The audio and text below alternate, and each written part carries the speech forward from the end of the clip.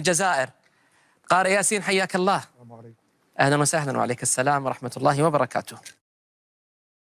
ياسين يا ياسين، على بركة الله اختر الموضع الذي ستقرأ منه.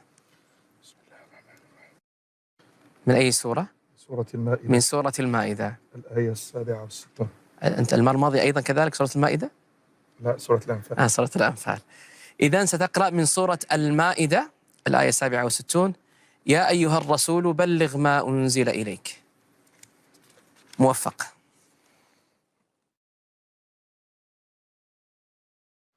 أعوذ بالله من الشيطان الرجيم.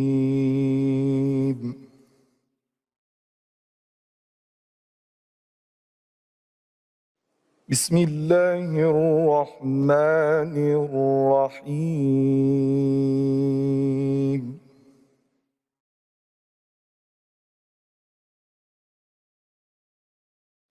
يا أيها الرسول بلغ ما أنزل إليك من ربك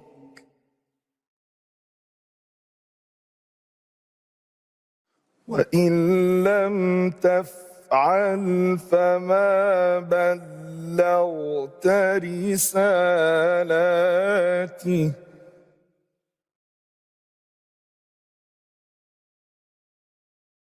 والله يعصمك من الناس إن الله لا يهدي القوم الكافرين.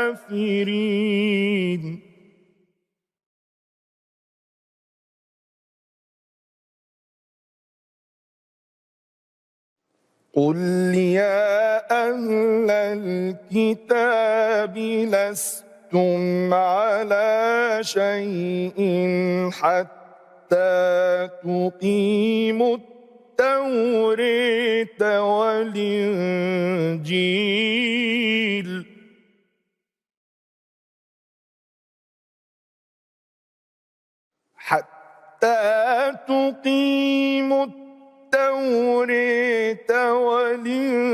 والإنجيل وما أنزل إليكم من ربكم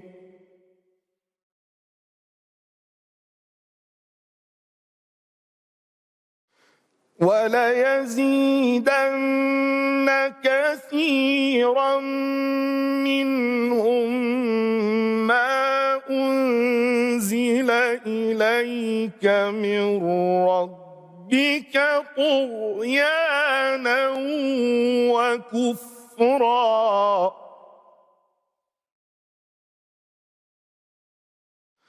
فلا تأس على القوم الكافرين.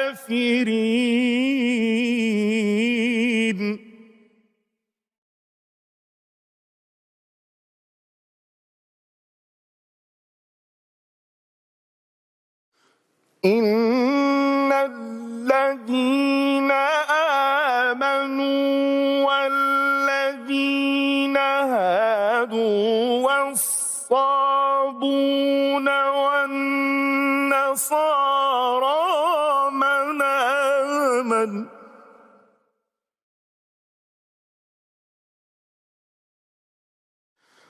من آمن بالله واليوم الآخر وعمل صالحا فلا خوف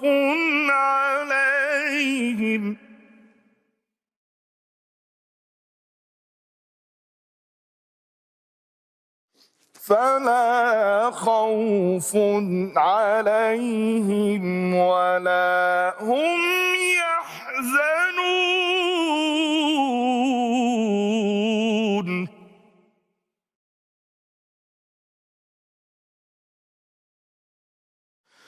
لقد أخذنا ميثاق بني إسرائيل وأرسلنا إليهم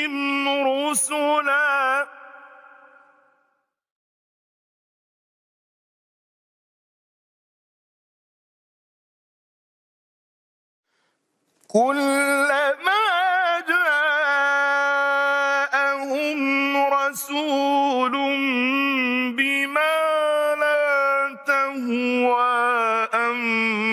أنفسهم فريقا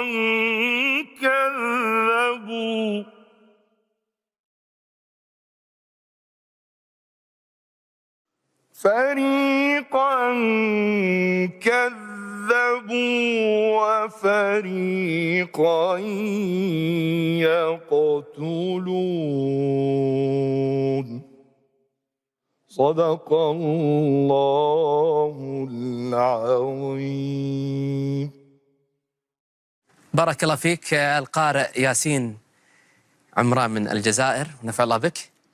وننتظر انتهاء تقييم لجنة أحكام التجويد والأداء الصوتي. ليس هناك تعليق، إنما هو تقييم. ننتظر لجنة الأداء الصوتي ولجنة أحكام التجويد لتقييم تلاوة القارئ ياسين عمران من الجزائر. باقي الشيخ عبد الرشيد والشيخ أحمد معصراوي. إذا تم الحين تم.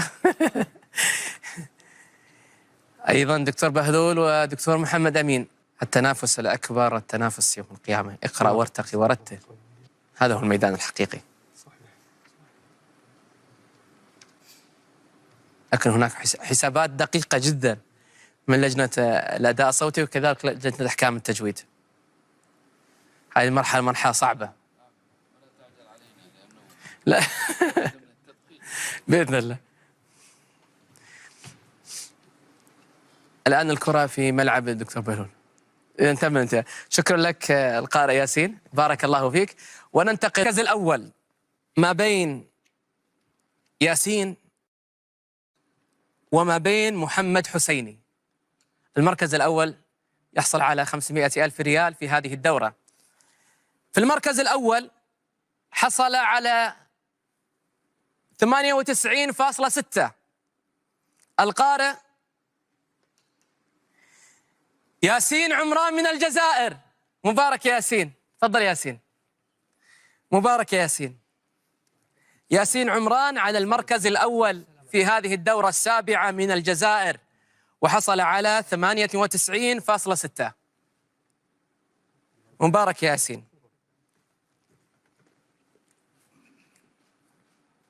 مبارك ياسين. أما في المركز الثاني حصل على 98.33 القارئ محمد حسيني.